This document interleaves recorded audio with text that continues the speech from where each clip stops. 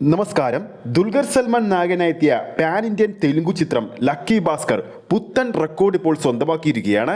ആ ഒരു റെക്കോർഡ് അപ്ഡേറ്റിലേക്ക് പോകുന്നതിന് മുമ്പ് നമ്മുടെ ചാനൽ ആദ്യമായിട്ടാണ് കാണുന്നതെങ്കിൽ ചാനൽ ഒന്ന് സബ്സ്ക്രൈബ് ചെയ്ത് സപ്പോർട്ട് ചെയ്യുക. ഈ വീഡിയോ ഇപ്പോൾ തന്നെ ഒന്ന് ലൈക്ക് ചെയ്യുക. അപ്പോൾ ഈ കഴിഞ്ഞു പോയ നവംബർ 28-ാം തീയതിയാണ് തിയേറ്ററുകളിൽ വൻ വിജയമായി മാറിക്കഴിഞ്ഞ ലക്കി ഭാസ്കർ OTT പ്ലാറ്റ്ഫോമായ നെറ്റ്ഫ്ലിക്സിലും റിലീസ് ചെയ്തത്. ഇപ്പോഴത്തെ തിയേറ്ററുകളിൽ ബ്ലോക്ക് ബസ്റ്റർ അടിച്ച ഈ ഒരു ചിത്രം നെറ്റ്ഫ്ലിക്സിലും തരംഗമായി മാറിയിരിക്കുകയാണ്. തിയേറ്റർ കളക്ഷനിലൂടെ മാത്രം ആഗോളതലത്തിൽ ലക്കി ഭാസ്കർ 110 കോടിക്ക് മുകളിലായിരുന്നു സ്വന്തമാക്കിയിരുന്നത്. OTT റിലീസിന് ശേഷവും ബുക്ക് മൈ ഷോയിൽ ചിത്രം ഇപ്പോഴും ട്രെൻഡിംഗ് ആണ്. ഇപ്പോഴത്തെ നെറ്റ്ഫ്ലിക്സിലും ആഗോളതലത്തിൽ ട്രെൻഡിംഗ് ആയിരിക്കുകയാണ് ലക്കി ഭാസ്കർ.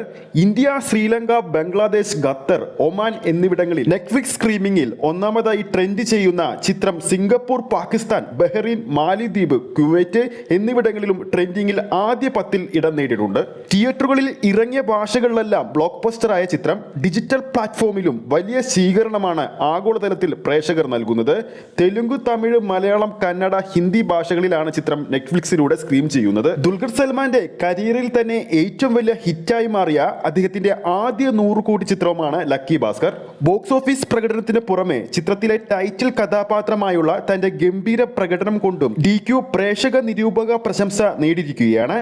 OTT റിലീസിന് ശേഷവും സോഷ്യൽ മീഡിയയിൽ ദുൽഖർ സൽമാനും ലക്കി ഭാസ്കറും നിറഞ്ഞിരിക്കുകയാണ്. ഒരു പീരിയഡ് ഡ്രാമ ത്രില്ലറായി ഒരുക്കിയ ചിത്രം 1992-ൽ ബോംബെ സ്റ്റോക്ക് എക്സ്ചേഞ്ചിൽ നടക്കുന്ന കുപ്രസിദ്ധമായ തട്ടിപ്പിന്റെ പശ്ചാത്തലത്തിലാണ് ഈ ഒരു കഥ നമ്മളോട് പറയുന്നത്.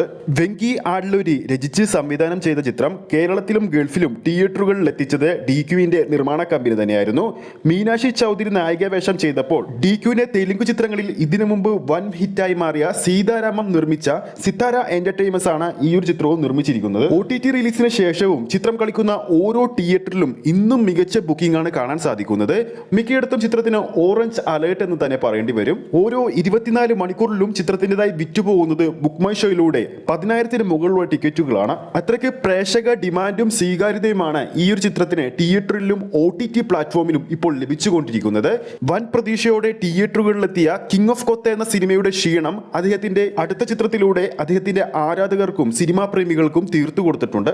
ലക്കി ഭാസ്കർ എന്ന അദ്ദേഹത്തിന്റെ ഏറ്റവും പുതിയ ചിത്രം കൊണ്ട് തന്നെ അദ്ദേഹത്തിന്റെ കേരളത്തിന് പുറത്തുള്ള ഡിമാൻഡും താരമൂല്യവും വീണ്ടും ഉയർന്നിരിക്കുകയാണ്. അതുകൊണ്ട് തന്നെ അദ്ദേഹത്തിന്റെ ഇനി വരാൻ പോകുന്ന തെലുങ്കു ചിത്രമായ കാന്ത പോലെയുള്ള ചിത്രങ്ങൾക്ക് മികച്ച ഹൈപ്പും മികച്ച പ്രതീക്ഷയോടുമാണ് ആരാധകർ കാത്തിരിക്കുന്നത്.